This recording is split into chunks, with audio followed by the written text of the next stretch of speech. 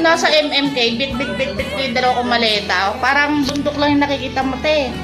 Tapos, gutom na gutom ako, wala akong breakfast, walang lunch. Buti na nag-order ako ng KFC, di ba? Sinabi ko sa group na, nag-order ako ng KFC. Pinagalitan pa nga ako ng amo ko, ba't daw ako nag-order sa KFC. Hindi ko na lang, hindi na lang ako nag-racing out. Oo, 2 hours, driving. Bundok yung bundok. Tapos, nung nag-order ako ng KFC, yung boss ko ang kumuha, parang nakasimangot. Kasi nga alas 12 na ng gabi, di pa ako kumakain. Nag-download ako ng talabat. Tapos, bit ko yung pagkain. Sabi ko, wala akong makakainan dito kasi sobrang init sa labas, wala akong makita.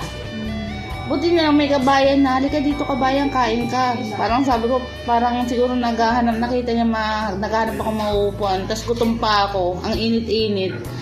Sabi ko, kabayan, pwede ba ako makikain dito? Sabi ko, hindi ba ako pagagalitan? Kasi sa parang fast food restaurant. Ayun, sige po ka. Tapos ininit niya yung yung dala kong pagkain kasi galing frozen. Ininit niya, binigyan niya ako ng pinag-wifi niya pa. Ang bait niya, yun niya, wifi ka dyan. Habang nag-aantay ka.